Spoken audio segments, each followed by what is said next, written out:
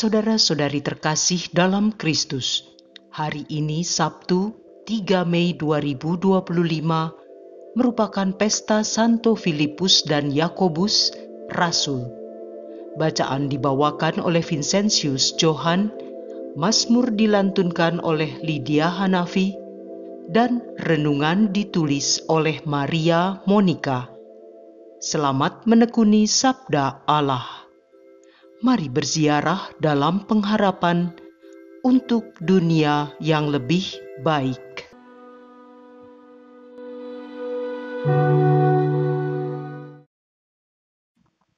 Dalam nama Bapa dan Putra dan Roh Kudus. Amin. Allah Bapa yang Maha Pengasih, terima kasih untuk hari Sabtu pertama di bulan Mei ini, di mana kami juga merayakan pesta orang-orang suci-Mu, Rasul Filipus dan Yakobus. Semoga berkat doa dan teladan mereka, kami boleh turut mengambil bagian dalam karya pewartaan Injil Putra-Mu terkasih, demi Kristus, Tuhan dan pengantara kami. Amin. Bacaan dari surat pertama Rasul Paulus kepada jemaat di Korintus, bab 15 ayat 1 sampai dengan 8. Saudara-saudara, aku mau mengingatkan kamu akan Injil yang aku beritakan kepadamu dan yang kamu terima, dan yang di dalamnya kamu teguh berdiri. Oleh Injil itu kamu diselamatkan, asal kamu teguh berpegang padanya, sebagaimana kuberitakan kepadamu.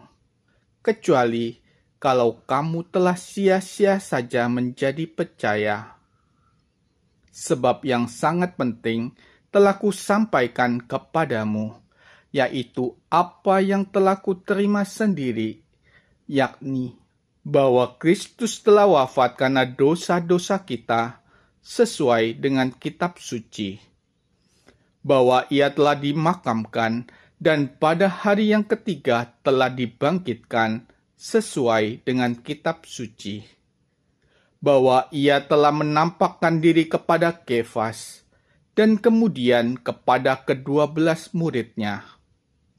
Sesudah itu, ia menampakkan diri kepada lebih dari 500 saudara sekaligus. Kebanyakan dari mereka masih hidup sampai sekarang, tetapi beberapa di antaranya telah meninggal.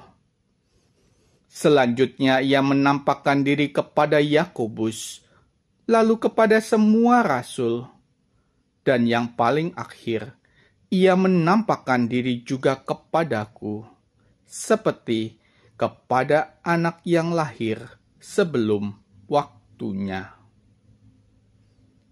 Demikianlah sabda Tuhan.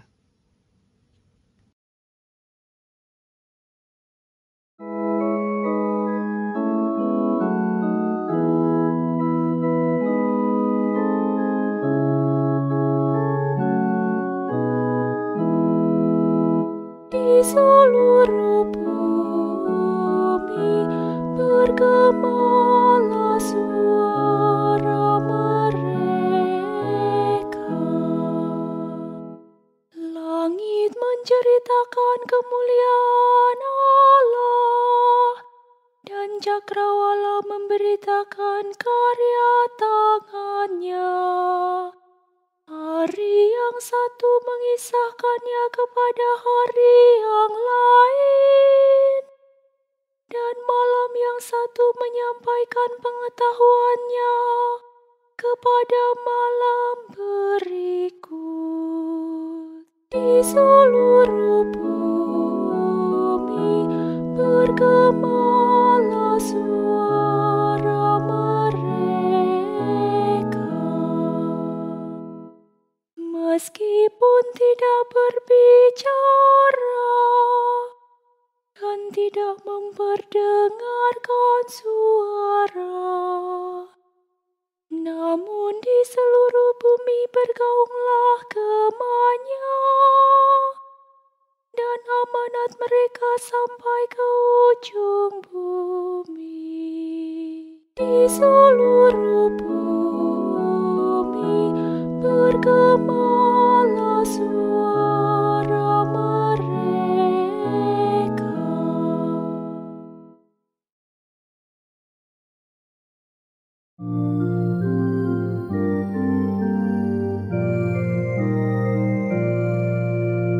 Haleluya, haleluya.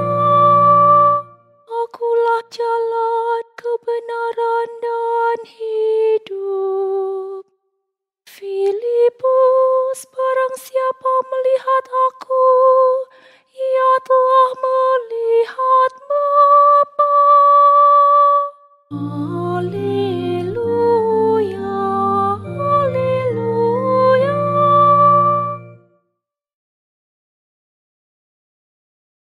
Inilah Injil suci menurut Yohanes, bab 14, ayat 6 sampai dengan 14. Dalam amanat perpisahannya, Yesus berkata kepada Thomas, "Akulah jalan, kebenaran dan hidup. Tidak seorang pun dapat datang kepada Bapa kalau tidak melalui aku. Sekiranya kamu mengenal aku, pasti kamu juga mengenal Bapa-Ku. Sekarang ini kamu mengenal Dia, dan kamu telah melihat Dia." Kata Filipus kepada Yesus, "Tuhan, tunjukkanlah Bapa kepada kami, dan itu sudah cukup bagi kami." Kata Yesus kepadanya, "Telah sekian lama aku bersama-sama kamu, Filipus, namun engkau tidak mengenal aku. Barang siapa telah melihat aku, ia telah melihat Bapa. Bagaimana engkau berkata, 'Tunjukkanlah Bapa itu kepada kami'? Tidak percayakah engkau bahwa aku di dalam Bapa dan Bapa di dalam aku?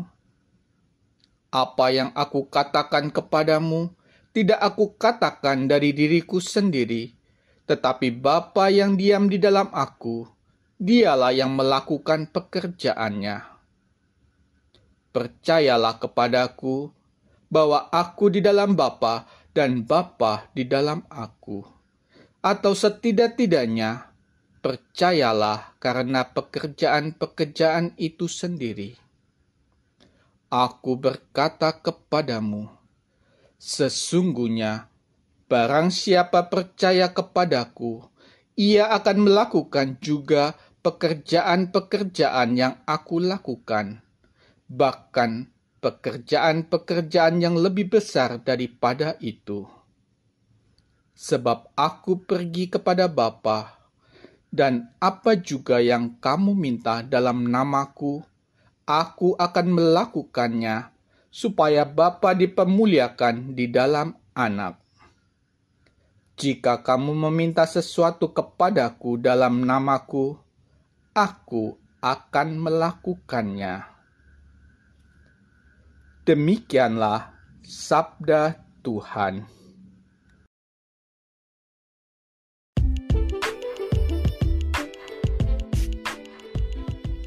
Mengenal anak, mengenal Bapa. Renungan dibawakan oleh Maria Monica.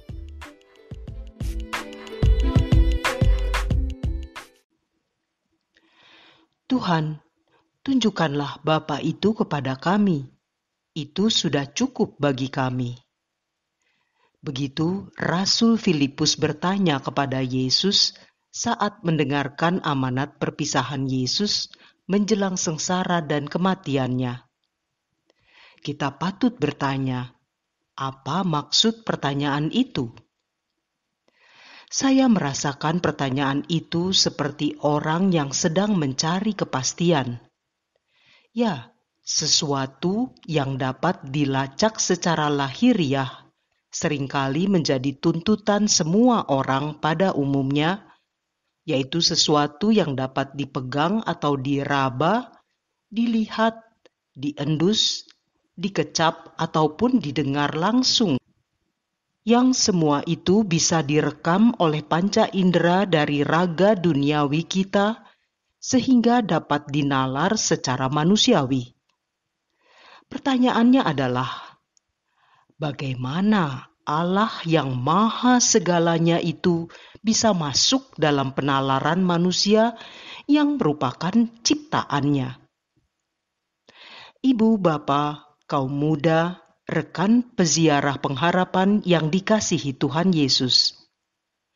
Pertanyaan Rasul Filipus dalam Injil hari ini adalah pertanyaan dasar tentang asal kehidupan, cinta, dan keberadaan kita. Mengenal Bapa yang ilahi itu, yang adalah asal dan tujuan hidup kita sebagai makhluk rohani, adalah kerinduan manusia yang terdalam, entah disadarinya atau tidak. Jika kita tidak mengetahui asal-usul dan tujuan hidup, harapan kita hanya sebatas aspirasi manusia. Hidup seperti hanya untuk hari ini tidak memiliki tujuan dan makna yang berarti. Untuk itulah Allah Bapa mengutus puteranya yang tunggal bagi kita. Misinya adalah menunjukkan wajah Bapa kepada manusia. Maka Yesus berkata dalam Injil yang kita dengar tadi, "Siapa yang telah melihat Aku, ia telah melihat Bapa. Apa yang Aku katakan kepadamu, tidak Aku katakan dari diriku sendiri, tetapi Bapa yang tinggal di dalam Aku, Dialah yang melakukan pekerjaan-pekerjaannya."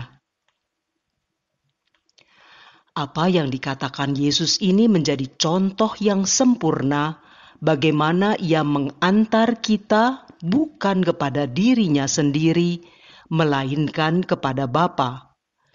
Inilah yang menjelaskan kepada kita saat Yesus berkata kepada Thomas, "Akulah jalan, kebenaran, dan hidup. Tidak seorang pun datang kepada Bapa kalau tidak melalui Aku. Jika kamu mengenal Aku, kamu juga mengenal Bapa-Ku." Dari Injil Yohanes bab 14 ayat 6-7. Jika kita mencoba meresapi makna kata kenal atau mengenal, misalnya bagaimana kita mengenal orang-orang terdekat kita seperti pasangan hidup, orang tua, anak, ataupun sahabat karib kita, tentu ada suatu pendekatan yang bermakna kualitatif di mana hal itu membutuhkan suatu proses atau cara tertentu bagaimana kita mengenali mereka yang sebenar-benarnya. Di sisi lain, pengenalan terhadap seseorang yang terus bertumbuh dalam kasih akan membuat dinamika kehidupan rumah tangga ataupun antar pribadi menjadi semakin harmonis dan tak pernah membosankan. Dalam pemikiran saya yang sederhana, seharusnya seperti itulah juga pengenalan kita akan Yesus Kristus, yang berarti juga pengenalan akan Bapanya. Iman akan kebangkitan Yesus seperti yang ditegaskan oleh Rasul Paulus kepada jemaat di Korintus pada bacaan pertama, seharusnya menambah keyakinan kita bahwa melalui Yesuslah kita dapat sampai kepada Bapa dan bersatu dengan Dia. Persatuan kita dengan Bapa menjadi jawaban dari pencarian hidup untuk mengenal sang asal dan tujuan hidup itu sendiri. Sebagai manusia-manusia Paskah, iman akan Yesus yang bangkit memampukan kita untuk melakukan pekerjaan-pekerjaan yang dipercayakannya kepada kita dengan dikuatkan oleh Roh Kudus seperti yang telah diterima oleh para rasul 10 hari setelah kenaikan Yesus ke surga. Dan karya para rasul tidak pernah berhenti. Kita semua yang telah dibaptis menerima tugas untuk meneruskan karya-karya Kristus di dunia sekarang ini. Melalui karya itu, diharapkan semakin banyak orang mengenal Bapa dan Putranya. Marilah berdoa. Allah Bapa yang Maha Bijaksana, terimalah persembahan yang kami unjukkan dengan tulus kepadamu pada pesta Santo Filipus dan Yakobus, orang kudus-Mu. Semoga kami dapat mengikuti jejak para rasul dengan curahan Roh Kudus-Mu, agar dengan berani dan sungguh-sungguh kami dapat melanjutkan karya keselamatan Yesus Putra-Mu terkasih di tengah pergumulan hidup kami masing-masing. Karena Dialah Tuhan dan pengantara kami yang bersama Dikau dalam persekutuan Roh Kudus, Allah sepanjang segala masa. Amin. Dalam nama Bapa dan Putra dan Roh Kudus. Amin.